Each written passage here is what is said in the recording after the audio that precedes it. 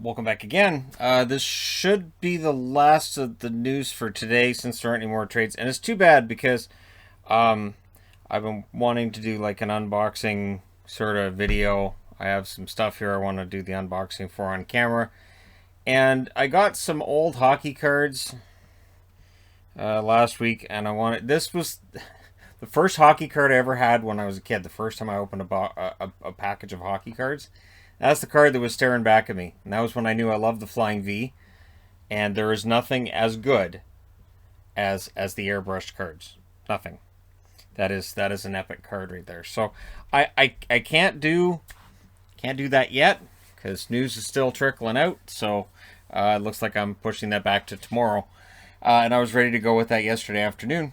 But hey, New York Islanders. So this is kind of what I figured was going to happen from the beginning. Andy Greene signs a $750,000 one-year extension. There's $250,000 in bonus money in there as well. And so that meets expansion requirements. And I don't see Andy Greene being the one that's taken by Seattle. I just can't see that. There's going to be some forwards there Seattle's going to want. So, yeah, Lou Lamoriello gets her done. Halak, his agent confirming what we've kind of known for a while. The Boston Bruins will be moving on from Halak this summer. Swayman played really well, so it's going to be Swayman, and they may roll with Vladar if they decide to re-sign Rask. Rask won't play until January anyways, so they'll go with likely Vladar and Swayman, although there are other options on the free agent market. Wouldn't be surprised to see them take a flyer on like James Reimer, that kind of thing. But yeah, we'll see. But Halak is going to be a free agent. We'll see what the market's like for him. I would think there'd be some interest, although the way that it kind of degraded for him down towards the end there for Boston might be a red flag for some GMs. But we'll see. Ron Francis. Some are saying he sounds kind of salty. I think he just kind of expected this. So when he was asked about all the trades that were made, deliberately so that teams wouldn't be losing key players to Seattle in a few days, he said, yeah, teams had 4 years to prepare for this after Vegas. See, when Vegas was coming in, we didn't see all these moves. We saw moves being made with Vegas, which was, we'll trade you these players so you don't take these guys. And almost every one of those deals ends up looking bad in retrospect. So GMs, learning their lesson, make deals with one another to try to make sure that Seattle doesn't have a shot at their best players. There will still be some very good players there for Seattle. But the interesting thing is, I've seen a lot of posts on the channel here too about, oh, Vegas had great picks right out of the gate. No, they didn't. That expansion draft, they did not have a great team right out of the gate with the expansion draft. If you look at those 30 picks, they didn't.